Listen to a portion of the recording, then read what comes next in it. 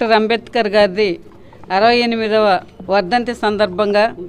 ఈరోజు మనము ఇక్కడ మన వైఎస్ఆర్ పార్టీ ఆఫీస్లో మన రవికుమార్ కానీ శంకర్ కానీ నాయకులు కార్యకర్తలు అందరూ కలిసిమెలిసి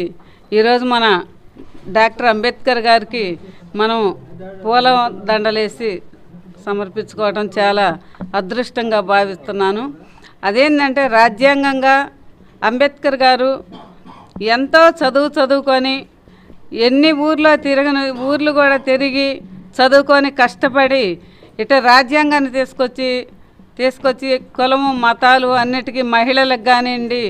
అన్నిటికీ ఒక రాజ్యాంగం చట్ట ప్రకారంగా రాసి ఈరోజు మనకి గుర్తుండేటట్టు చేసింది మన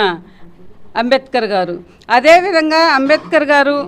కుల మతాలని ఎవరిని కులాలు అని లేకుండా